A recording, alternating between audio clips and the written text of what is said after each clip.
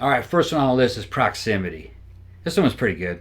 Yeah, we actually I hadn't heard anything about this one, and we just like saw it when we were scrolling through the new releases on the Xbox rental thing. And it looked like we watched the trailer. This is, interestingly, one of the few movies that I've seen where the movie was actually much better than the trailer led me to believe. I mean, the trailer looked like a good, interesting movie, but the trailer almost made it look more like a drama about somebody who may or may not have been abducted by aliens. But then when you watch the actual movie, it's like some of it is like that. But on the whole, it's actually like kind of a fun 80s throwback, like sci-fi adventure that has like a lot of action or elements to it. It had like lots of Lucas elements. Yeah, it was very, very George Lucas-y, which I didn't really get the sense of that from the trailer. So I was actually really pleasantly surprised, like when I watched it. Like it was a lot better than I was expecting. Yeah, it was basically Star Wars, THX 1138. It had like Close Encounters of the Third Kind. Yeah, very much like that. It had like a Williams style classical score to it. It sounded straight out of fucking Star Wars or Indiana Jones or something. Dagobah and shit, like the Dagobah shit scenes. And then it would break out into like rock music and electronic music and stuff. So it was a weird mixture of like classic and contemporary music. Yeah, a little bit of classical in there too, actually, now that I'm thinking about it. Yeah, but it was neat. It was kind of like, it's about alien abduction. It's about psychic abilities. It kind of ties in with kind of like the Force. It's kind of like cosmic spirituality. It has like kind of some of the questions that kind of came from the Prometheus series, about, are the Earth's religions somehow tied in with aliens? It had all that kind of motifs in it. It was good. I liked it. I want to say it had like a little bit, because at one point it even had like some Men in Black conspiracy theory stuff. Yeah. It had a little bit of a Romancing the Stone kind of vibe, like sometimes. Yeah. So you could tell that the person that made this, Eric DeMusi, who directed it, I think this is, if I'm not mistaken, this is his directorial debut. He's actually a special effects artist. So I guess this is the first movie that he directed. And even though, I don't know, like maybe from the description it sounds like it would be kind of all over the place, but it wasn't really like that. Like it did kind of go off tonally in a lot of directions, because like the first half of it is basically, I mean, the main character is named Isaac Cypress, and he's like a computer guy, like at what does he do? He's like some kind of like number analyst or something like that at the Jet Propulsion Laboratory. So he's like a math whiz. He's like a big genius and everything. And at one point he's like out with his camera. He's out hiking or something like that, and he ostensibly gets kidnapped by aliens, and he gets it on film. So the first half of the movie is almost kind of like this really fascinating look into, even if you have footage of getting, abducted, and you have footage of the alien and everything like that, how everybody just thinks it's fake, and it's like, and him trying to like connect to people and like insist that he's telling the truth. So that was like really interesting too. But then it kind of, about halfway through the movie, it kind of goes off in a different direction and becomes more of like you said, like a THX 1138 or like Romancing the Stone or like Men in Black or something like that. It kind of goes off in that like kind of a more fun action oriented. Yeah, there are these androids. They're kind of like something out of THX 1138. Yeah. They even use the exact same motorcycles from THX. Yeah, it was obviously an homage. Yeah, I mean they were RD350s with full fairings on them. You know what I mean? Come on, that's what the robots from THX had.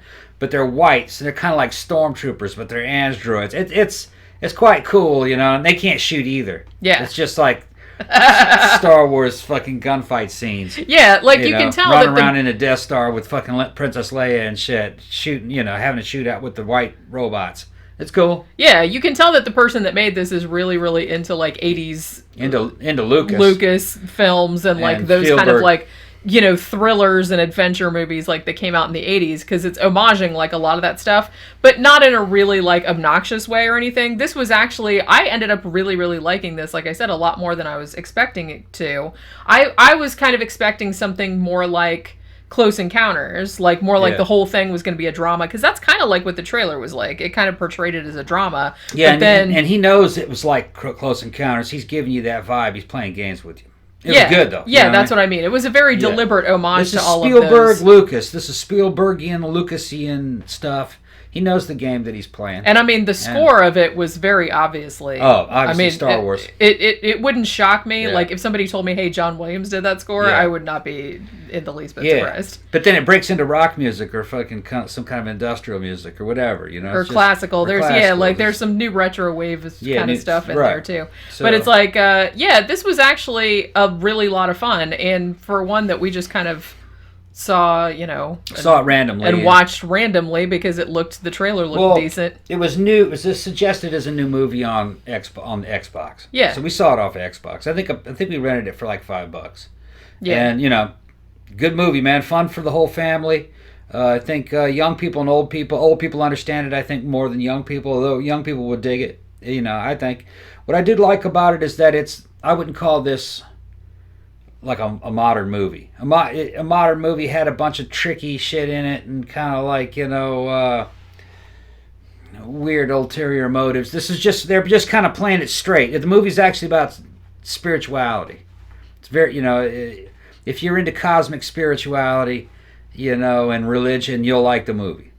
Another one that this was like, and I think you mentioned this to me earlier, was Cocoon. Kind of like a little bit of a Cocoon vibe as well. I have to say this was directed by a special effects person, so the special effects were very good, especially like the alien spacecraft and like the aliens themselves looked really cool, and it was just really, really cool. It's like I said, there was kind of something in it for everybody. It went off in a bunch of different directions, but not in a way that was like super chaotic or anything like that. It was just, to me, it seemed like a pretty organic. Yeah, I bet this dude could have directed Star Wars better than the other. Well, maybe. I'd have put him on instead of Rian Johnson. I think this guy here actually is, the dude who did Force Awakens. What's his name? J.J. Abrams. I think this guy was more. Would understand Lucas and Star Wars better than J.J. Abrams even. Yeah, because this is a very Lucasian. He understands what it is. Right. This was a very Lucasian film in a good way. Yeah, like you know what I mean. But this is a really fun, family-oriented sci-fi movie. It's got some adventure in it. It's got some drama in it. It's got some cool special effects. It's got some cool music. So they had to put this guy on The Mandalorian. Have him do some Mandalorian episodes. Yeah, I wonder if he has. Yeah. Like I said, I'm not entirely sure. I know he started out as a special effects artist, and I think this might be his first movie. But that's kind of like all I know about him. But yeah, so if you like sci-fi and you like that kind of like 80s throwback type of stuff, you will probably enjoy this as well. So check it out.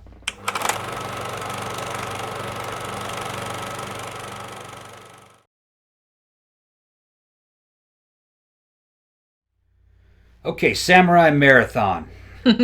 We rented this one just kind of like on a whim. It looked pretty good in the trailers. We watched it, and it's pretty good. Yeah, I liked it. It was it's like an American movie, wasn't it? Like half American and half Japanese. Yeah, because it was directed by Bernard Rose, who I'm not sure if he's an American or he might be a Brit. But he directed the original Candyman. He did Immortal Beloved, if you remember that one with Gary. I think Gary Oldman was in that. Yeah. So he directed that, and it's weird because just like Candyman, this also had a score by Philip Glass, which is actually quite lovely. Yeah. This is sort of based on, I guess it's based on a real event, which I had never actually heard of. Yeah, it had to do with during the time in Japan where fucking Commodore Oliver Perry kind of forced his way into Japan to get them to open up and start trading with the United States. It caused a lot of problems inside of Japan, and one of the little side effects that it did is it caused the Japanese to actually do a marathon because they were getting soft. They thought the samurai were getting soft. Like whoever was soft. Like in charge of the samurai. Yeah. This was in 1855 when the whole samurai thing was kind of on its way out. I mean, it was almost the end of the feudal period. Samurai hadn't been at war for a long, long time, and Japan was totally pacified. They just sat around reading books and drinking and shit. They were bros. They were just samurai stuff, man. And then so. Dude made him fucking run a marathon, and it caused a big confusion the shogun thought it was an uprising or a rebellion. Yeah. And it caused a bunch of problems. And then there were like spies inside this one clan that was doing the marathon that like and they thought that it was going to be an attack, so they like said to the shogun, "Hey, these guys are going to attack you." And then like he had to go back and like intercept the message and all this other kind of shit. But it's basically what the guy said to him. It was this one clan, right, of the samurai, and the Naka clan, I think it was called. They still do the marathon to this day. So this is like the historical thing that it was based on.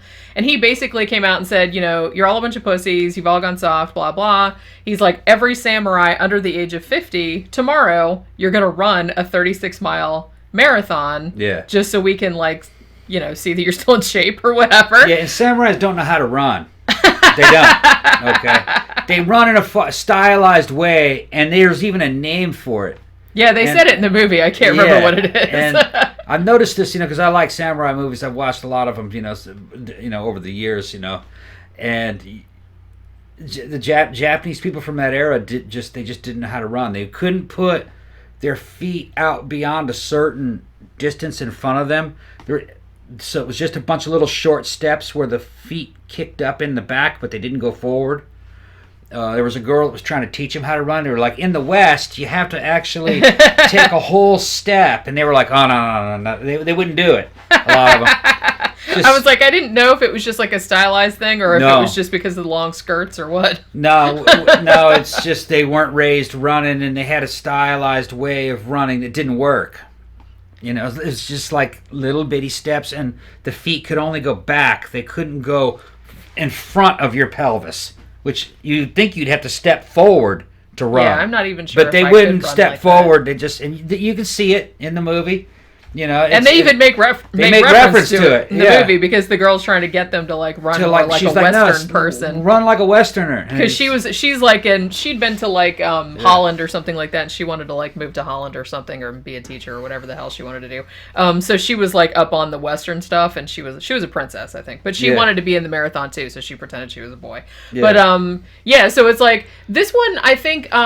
More comedic. It's not. I don't want to say it's a comedy. It's just got a lot of humor. But it had a lot more humor in it than a samurai movie would normally have. Because like when they do the marathon, like obviously like some of the guys that are like more out of shape are like, man, fuck this shit. Oh my back. Oh my gout. Oh my this and that and the other. And then all the shit where because if you won, the dude would give you like whatever you wanted. Like so everybody wanted to win. There's like all these little like they're like threatening to take one person out who's the fastest guy and break his legs. There's like one person who's like cheating. He had like a little like cab or something, like he would stash it and then like go around and stuff. He's pulling like a Rosie Ruiz and I've been watching a lot of samurai movies, you know, over the years though. Samurai movies did have a lot of comedy. That's true. Yeah. It was more than a Western. Yeah. And Westerns didn't have as much comedy. Like, you know, the samurai movie is a Japanese equivalent to a fucking cowboy movie. Yeah. And cowboy movies tended to not have a whole lot of humor in them. Samurai movies kind of had comedic relief in certain characters. There were a couple different kinds. A Kurosawa flick was almost kind of like psychedelic. Imagine if, like, William Shakespeare was on acid. It was kind of like that. Some of the shit, like a Zatoichi movie, had comedy in it. A lot of that's right. That's true. Comedic, you know, clownish characters in them. But it was just, you know, so. But then there were other ones that were just really dry and deadpan. Everything totally stylized, and the people were like robots or zombies, and they spoke only in real stylized ways, which that may have been pretty close to the truth. If you know, Western witnesses said that the Japanese people were very odd when they first found them. Everything was stylized and ritualized, every little detail of what they did. So it might have been pretty weird to see in perfect, you know, like gothed out as fuck. Yeah. Basically, what you're talking about, you know, and they had to do things in a certain way, like, you know, there was a way to drink tea, you know, and there was a way to fucking come into a house, and there was a way to talk, there was a way to run, you know. Yeah. So, it was. I would say in terms of the genre, no, that was pretty typical tone for the genre. The acting was good, costumes really good, story was pretty good. The premise of the movie was pretty interesting. Was it one of the best samurai movies I've seen? No. I like them a lot more violent than that. Yeah, there was some violence. It was like a couple beheadings and like people getting pushed off cliffs and shit like that. Like when the race started getting, there was some battles and stuff. Yeah. But it was kind of mostly, it was mostly about the race and about like all the intrigue like surrounding the race and like all the misunderstandings about what was going on and about the Westerners coming and wanting to trade and stuff. So so I wouldn't really call it an action movie. For me, I'm more like Lone Wolf and Cub. I like that kind of shit. Baby Cart to Hell. Yeah. All that weird stuff, you know what I mean? I like that kind of samurai movie. Yeah. But whereas this had elements of that, but it was more like a historical drama. More like a historical film. Because like I said, it was based on something that really happened. Yeah. So even though there were moments of violence in it, like I said, there were fights and, where there was like attacks and shit like that. And, backstabbing with people trying to win the race and, killing off people that so they wouldn't win and shit. But, it's a good movie. It was good, yeah. And it is new. It's up there. You can rent it off of Xbox. I'm sure there's other streaming services. I recommend it. But if you've never seen a samurai movie before, you really kind of want to see the Lone Wolf and Cub series. I don't know if you can stream it. There's 3 of them. 3 of them or 4 of them. Well, we have the set, don't we? I have the whole I thought there was 6 of them. Is there 6 5 of them? or 6 of them. Yeah, I have to go back and look again. I haven't seen them in so long. Yeah, I'm pretty sure there's. I got the Criterion edition, which is fucking beautiful, and I think it was nearly $100 for that. It was, it was very for that. But it had a whole bunch of photographs and booklets in it. Looks like it came out of damn feudal Japan, the box and shit. You might be able to stream that. You want to see the Lone Wolf and Cub series, which was based on a manga or a comic book. And it's fucking bizarre, but it's action-packed. And you'll have a lot of fun with that one. Yeah.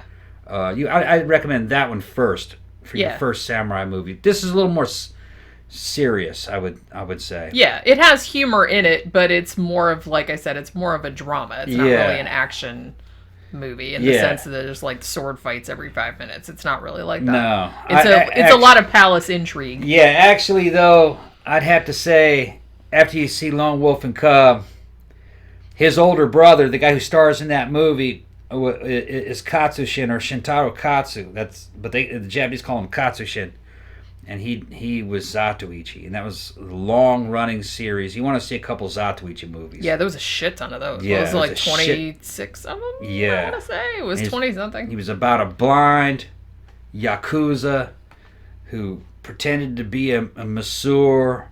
But his cane in there, was a hidden sword.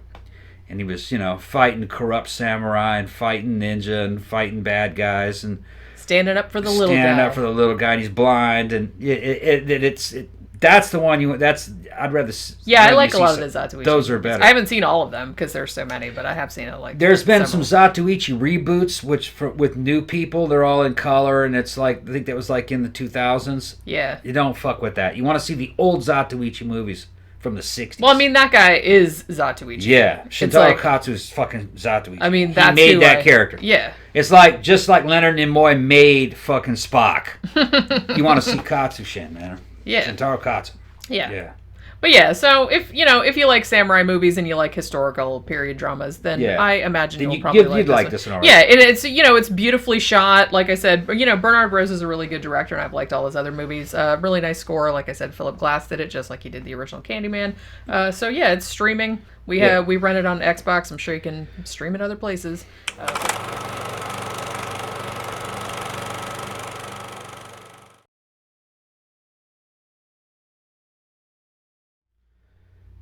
Okay, we saw Bloodshot. Finally saw Bloodshot. They wanted $19.99 for that. We were waiting for the price to go down because it only played in the theater. Because I remember seeing like the fucking previews for it back when the theaters were still open, and it only played in the theater for 2 weeks, and then everything got shut down and everything like that. So then they just moved it to streaming. That never started playing in the theater. It did, yeah. It was in the theater for a week or maybe 2 weeks. I just remember seeing like the signs for it. Yeah. Because I wanted to see it when we had when we had AMC open. Yeah, it was released. I don't think it ever opened. It did. It was released March 13th. Okay. And then it played for 2 weeks. I think it played until the 24th, and then they sent it to streaming. Okay. But yeah, because for a while we wanted to see it, but because it looked pretty decent. But then they kept wanting $20 to rent it, and I'm like, well, let's wait until the price goes down. Yeah, it finally went down. I think $5. It was $5.99. $5.99. Yeah, in all formats, SD, HD, and then like Ultra 4K. HD. Yeah. And so we saw it in HD, and it was good.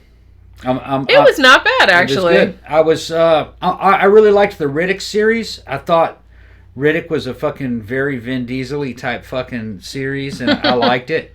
And then this one came out, and watched it, and it was just Vin Diesel-y as shit, man. Fucking, it was good. It was all right. Even though he wasn't originally the guy that they wanted in the main character, it was supposed to be Jared Leto. Yeah. But this is based on the Valiant Comics. Comic book Bloodshot. This was apparently supposed to be the first. They want to do like a Valiant Comics cinematic universe. There's another one called Harbinger that they want to do, and they want to do a crossover. I think originally they were going to do Harbinger first, but then they decided to do this one first. Is that the one that's got the Morbius guy, like a vampire? No, that's Marvel. That's or Marvel? DC, or I can't remember who that is. All right, but this is a whole different comics company. This was Sony Pictures, but they got the rights to it, and I think Paramount's going to do Harbinger if they still do it. The sad thing about this is that this movie, I think it cost $45 million to make. And it was only out in the theater for a couple of weeks. And I think so far it's only made like $30 million back, like from streaming and everything, even though it's like the top streamed movie, like on Amazon Prime and all those other things. So, it will remain to be seen like how much money it's going to make overall. But the world's changed though. That shit will be up there streaming for fucking ever. It's not like it was back in the day where it's got to make a certain amount of money within a certain amount of time, or it's pulled from theaters. Yeah. It's not like that anymore. That thing, people aren't in a hurry. It'll sit up there and make money for months and months and months and months. Well, probably a lot of people were doing like we were doing, waiting for it to come down. From like $20. Yeah, and then they'll release it for sale on Blu-ray. Guys will buy fucking Blu-ray copies. I think the movie will do well. Last I heard, it was making good money. Yeah. On streaming. Well, like I said, it was the number one streaming movie. Okay. Or at least in like the top 5. It's just it hasn't made like its budget back, not yet. It probably will. Yeah. It's because I didn't hear anything about it. Yeah. So now that it's only $5.99, you'll probably get some better word of mouth. That's what I'm thinking, because I think it just went down in the last couple of days. So basically, if you've read the comic book, the weird thing about it, and you said this too, it's like when it first started. Yeah. Like the first 5 minutes of it, I'm going, what? We were kind of like not feeling it. I was waiting. Jenny can attest. I said this shit at the time. I was waiting for my boy to fuck. I was waiting for Sensei to step out. Steven Seagal. At any moment, I thought Steven Seagal was going to come and go. It did come across slightly like that. He'd come waddling into the shot. Yeah. It just looked very kind of generic. We're somewhere in a Middle Eastern city fighting these kind of generic, Muslim-y bad guys. You know what I mean? Muslim-y. Yeah. Never really said that's what they were. It was just everything was kind of. Were they in Afghanistan? No. They were in they shot this. Mumbai. They were in India. They shot this in Mumbai. They shot this in South Africa, though. Yeah, I have to say. But the thing is like, so I wasn't impressed that first 4 or 5 minutes. But then he gets killed and he wakes up and he's got all these nanites in him, and then the story gets better very quickly. And it gets a lot more colorful very quickly. Like the color palette changed. That one scene where they were inside the tunnel with like the truck and everything like that was super cool. Like with the flares and like the blue police lights and stuff. That was like super cool looking. And the effects were good. The action was good. The tempo of the story was good. They were controlling his mind. His memory was all fucked up. They could reprogram his memory. He basically was a big pile of nanites with just some flesh, really. And they were constantly rebuilding him every time he got shot, so he could do. He ended up being very similar to like the Terminator out of the T2, the liquid metal Terminator. He's kind of like that, but flesh. Because he could flesh and liquid metal. I think the only difference was that his nanites had to be recharged periodically. So like if they went down to zero, like if his health went down to zero or whatever, he could die. Then he could they'd have to they'd bring him back and shit. But yeah, so Guy Pearce is in this shit, playing another role like he played in all the fucking. He plays. He always plays these characters. Yeah. But yeah, so basically it's because. I don't think this is really spoiling anything because they basically said in the trailer that, Vin Diesel gets killed like in the first 10 minutes of the movie, along with his wife, ostensibly. And then he gets brought back by this kind of high-tech... shadowy military organization. It's like a corporation. Who, they have nanite technology. And he's like the first person that they've actually fully brought back from the dead. Like there's a bunch of other people there that have other modifications and enhancements, but he's the first person that they've fully brought back from the dead. And as the story goes on, you find out that some of the shit that happened at the beginning of the movie maybe wasn't exactly how it happened. And then there's like some kind of like shady shit going on with like who some of these people were and like how some of the people are alive, if some of the people are dead, you don't really know. So I do feel like it takes a little bit to get where it's going, like, you know what I mean? But once Vin Diesel gets killed and then the fun sci-fi part starts, it was actually a lot more enjoyable. It's an enjoyable movie. It is not deep or by any, it's not deep. It's not very complicated. There are twists and stuff. It's just a fun movie. They're trying to compete with the Marvel universe and give you a slightly different experience, which I think it succeeded at that. Like I would watch another one. I'd watch this one again. Yeah, this is a very interesting, universe that they could expand out. Good effects, cool shit happened. Yeah, I really like all the nanite effects, like when he gets hurt and like has them come sucking back into his body. And the only downside is that with these movies, and this goes for all these movies like this, they're so effects heavy that you almost become immune to all the imagery. It doesn't matter what they show you. You're just like, yeah, okay. Oh, yeah, okay. It doesn't... It ceases... It almost overloads your system. Yeah. To where it ceases to impress you anymore. You just take it for granted that you're seeing this fucking badass shit. Well, that's kind of what happened to me with the Marvel movies. Yeah. I mean, they're good movies, but you get to a point... And the sad thing about it is that at this point, I think like that ship is probably sailed because everybody knows how good CGI can be, and they can essentially put anything up on just anything. Right. And I think everybody knows that now. It's almost like that shit needs to wear off by now. Yeah, you're like I want to stop seeing. I don't want to see things anymore. I don't want to see. I don't want to see things anymore. Just for a while, so then after a while you can appreciate it again. Right, yeah. Like how cool it looks. Yeah, I don't want to see things anymore. Just do some shit. Show me some stuff. I don't know.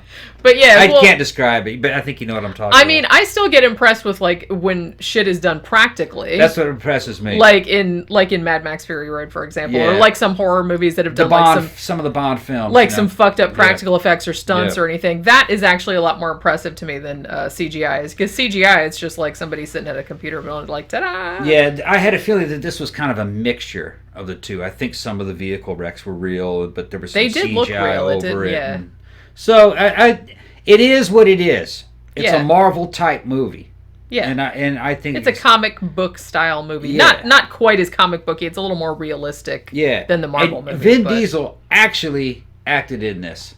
There was a scene. He did. I saw it. Yeah, you saw it. There was a scene where he was trying to get back with his girlfriend, and I believed him. Yeah, I believed that he was heartbroken. Yeah, and that's what I mean. I saw it. You saw it, and I said, Jay, did you see it?